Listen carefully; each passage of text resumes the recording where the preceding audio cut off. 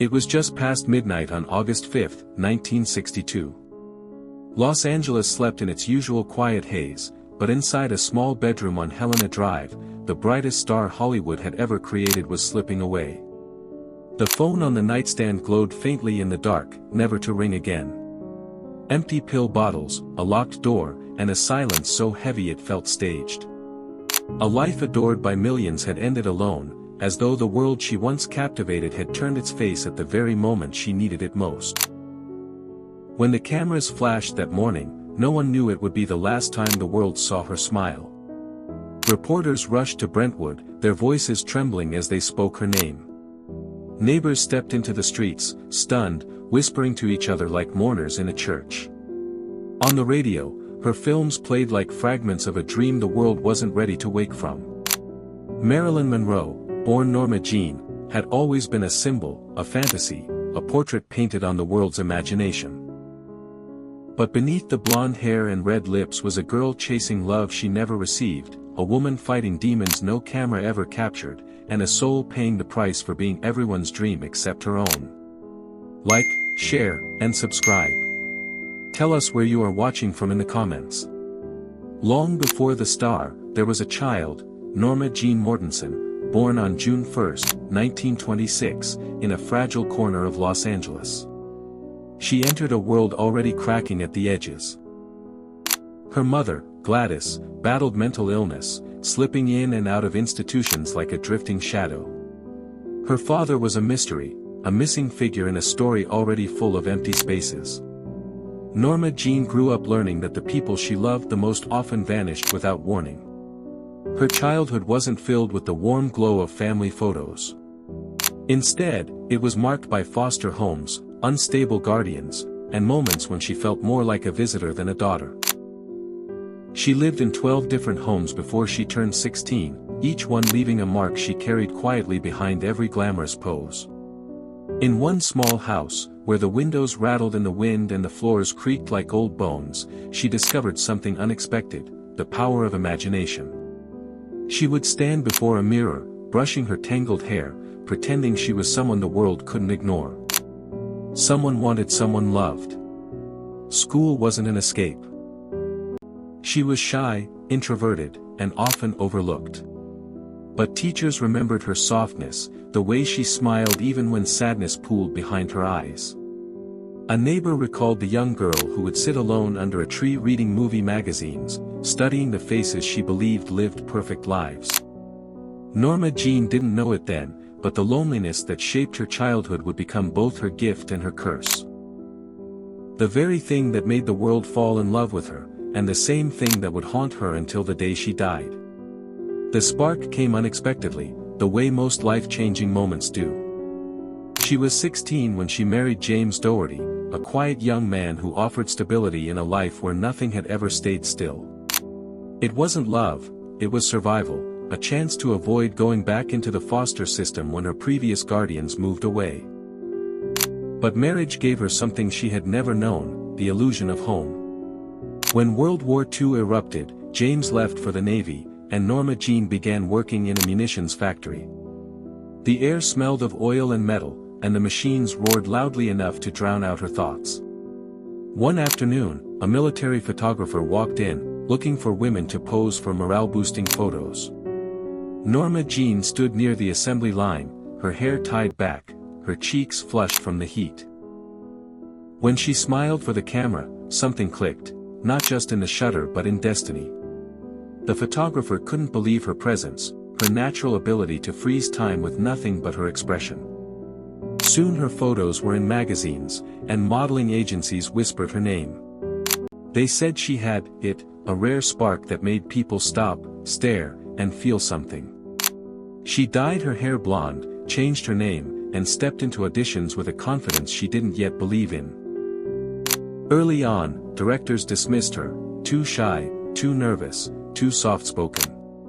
But she never stopped showing up, never stopped trying, never stopped imagining that lonely girl in the mirror becoming someone impossible to ignore. She wasn't born Marilyn Monroe, she built her, one smile, one photo, one heartbreak at a time. Hollywood wasn't kind to women like Marilyn. She was too beautiful to be taken seriously, too ambitious to stay in the background, and too vulnerable to hide the wounds of her past. Studio executives admired her looks but underestimated her mind. She was often typecast as the dumb blonde, a role she privately despised. Behind the scenes, she battled insecurity, chronic anxiety, and the overwhelming fear of abandonment.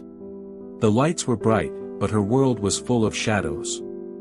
She memorized scripts for hours because she feared disappointing people. She studied acting obsessively, hoping to become more than the fantasy men projected onto her.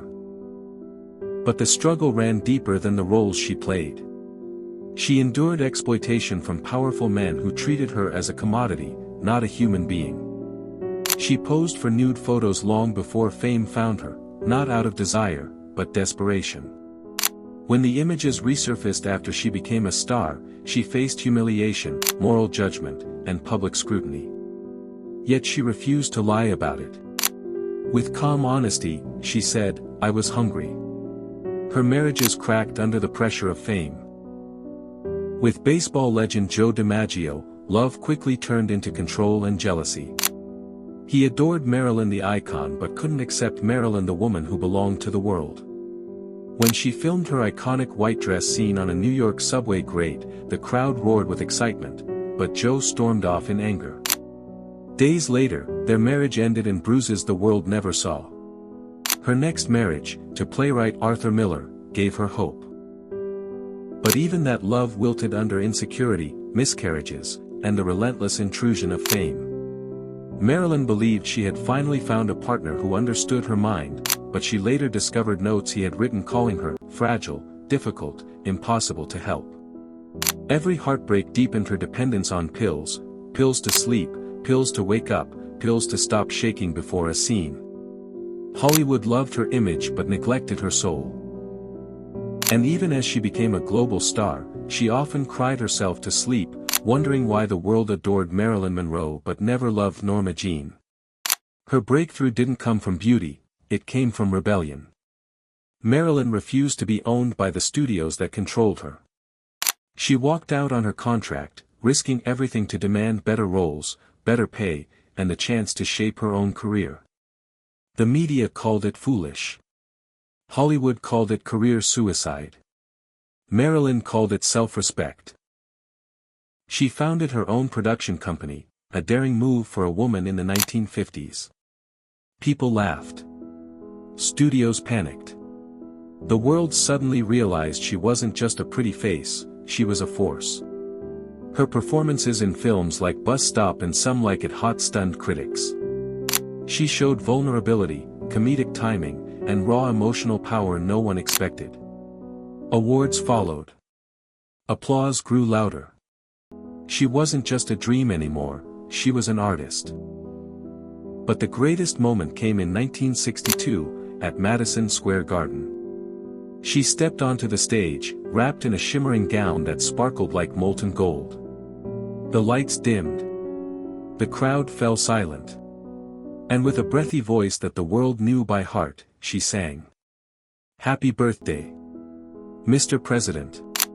The performance became legendary, iconic, unforgettable, almost mythical. But beneath the glamour, Marilyn felt emptier than ever. Fame had given her everything she thought she wanted. But it had taken even more. The fall wasn't sudden. It was slow, quiet, like a candle burning down to nothing. Marilyn's mental health worsened. Pills blurred her days, insomnia stole her nights, and betrayals carved deeper wounds into her already fragile heart. She felt increasingly isolated, like a guest in her own life. Each headline hurt. Each rumor drained her. And the pressure to remain the world's dream girl became unbearable. Her relationships collapsed. Her career stumbled. The studios that once begged for her now hesitated, calling her unreliable. She would arrive late to set, trembling, overwhelmed, exhausted. She was fighting battles no one else could see. Friends came and went. Doctors misdiagnosed her. The men who once admired her vanished when she needed them most. Even the president's world, which once welcomed her with adoration, now shut its doors in silence. On the night of August 4, 1962, Marilyn made phone calls to people she trusted. Some went unanswered.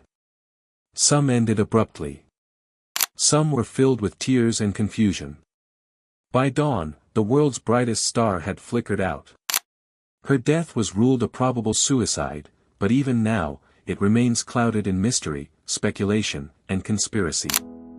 What is certain is that Marilyn Monroe died the same way she lived, surrounded by rumors, misunderstood, and longing for someone to simply see her, not the icon, not the fantasy, but the girl behind the smile. Marilyn Monroe didn't survive her story, but she transformed the world through it. She became a symbol of resilience, a woman who defied Hollywood's rules and challenged a system built to break women like her. She opened doors for actresses demanding respect, equal pay, and creative control. Her films remain timeless, her image eternal, her influence deeply woven into modern culture. But her true legacy is more human, more fragile, and far more powerful. She taught the world that behind every perfect picture is a person fighting unseen battles. She reminded us that beauty doesn't protect you from loneliness, fame doesn't guarantee happiness, and dreams often come with a price no one sees. Marilyn Monroe lived a life shaped by longing for family, for love, for acceptance, for peace. And though she never fully found those things, her story continues to echo in the hearts of millions who see pieces of themselves in her struggle. She didn't just survive her story, she rewrote what survival looked like, showing the world that even broken souls can shine the brightest. Like, share, and subscribe.